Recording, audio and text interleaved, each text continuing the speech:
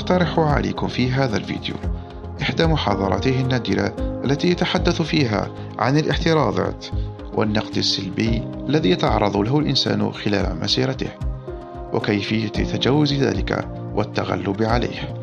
ابقوا معنا.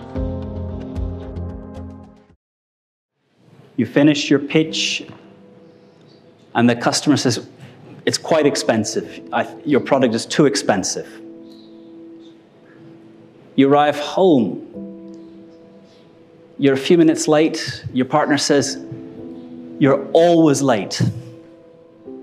There's a dirty plate left on the table. You never wash the dishes. What do you say in this moment? Most of you, and me included, went through 14 years of school where we were taught one way to respond to questions. Teacher asks questions. How do you spell cat? Student, C-A-T. Teacher, what is the biological process called osmosis? Student puts hand up, explains in detail the process through which cell membranes allow water to go from one side to the other. So for 14 years, you've been taught that you should give an answer to a question. If you went to university, you probably had another 3-4 years where you gave answers to questions.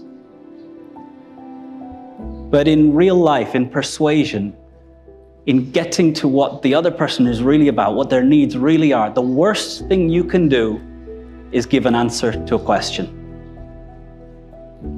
If someone says your product is too expensive, and you say, no, it's not, it's only 1,000. You've lost every chance to understand what else is behind their reasoning. If you get home and your partner says, you're always late, and you go, no, Tuesday I definitely was here on time, you're gonna have a crap weekend. You've had 14, if not 18 years of training that you answer questions. And it's going to cause fights in your home life. It's going to cause problems at work. It means you're not selling anything. Because when someone says your product is too expensive, that's not what their real issue is. When someone says, I'll have to speak to my boss, that's not what their real issue is. And if we had lots of time here, I would create a little role-playing thing, because what happens here is, in our model of the human brain, we've got the stem, the emotion, and here. When your partner says, you're always late, emotion goes up, and what happens is this bit disconnects. So the way to make someone stupider is insult them, object to them, tell them they're wrong, or ask them a question. Because there's an emotional reaction, and the higher emotion goes, the lower thinking goes. So if you don't practice this response, you're not going to be able to do it in the moment.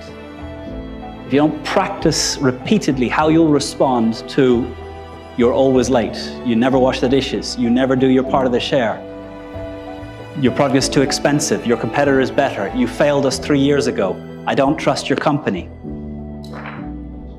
If you don't practice the habit of not giving an answer, you're not going to be able to do it in the heat of the moment. So what I would say is, when you're asked a question or when you're given an objection, what I want you to do is say, I understand, and repeat in your words what they're saying. Your product is too expensive. I understand that money is an important factor for you. What other criteria will be used in taking this decision? So you understand and you give an open question back. And I call this conversation Aikido. So martial arts. Martial arts are about using the energy, the force of the opponent against them. In judo, if someone punches, you pull their arm and you allow the energy to keep flowing. In karate, it's another thing. In Aikido, the concept is you go towards the punch, go towards the energy. So if someone punches you, if someone asks you a question, if someone objects, says you're wrong, The Aikido method is go towards and see the world from their view. So in Aikido, you learn to go towards the punch, dodge it, and look, and you're seeing the world in the same direction as the person who's attacking you. I understand. And it takes some habit to start to be able to give I understand and fill in good words. So practicing, you're always late. I understand you feel frustrated. I understand you feel let down. I understand. You'll have to work on this quite a few times over the next 10 years to find the set of words that captures what the other person feels, what's behind it. You know, what can we do now? What happened during the day? What would you like to talk about? What could we do this weekend? So what's the way that instead of when you get punched, walking straight into the punch and having a very bad weekend, when a client says you're too expensive and you go, no, we're not, and you learn nothing about who else they're considering, what other criteria are important, what process they've gone through, who else is involved in the decision.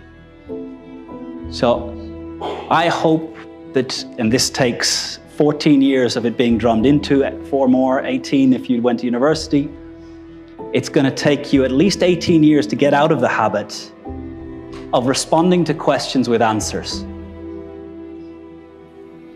Because we live in an uncertain world and we don't have the answers. But by giving the answer, we shut down the possibility of hearing what's really going on in the other person's mind, in the other person's business, what other things are going on.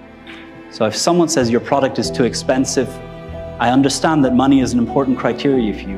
What other things are important in this decision? You say, I'll have to talk to your boss on this. Hey, this is an important decision. I understand you want to get everyone involved. When can I come and meet with you and your boss together? In fact, that's a bit of a closed question, but the habit here is being good at I understand and accepting the energy that's coming from the other person, and then giving back an open question. And I guarantee that if you do it 4 times, the answer to your 4th open question begins to be what's the real underlying need, issue, interest of the person that you're listening to.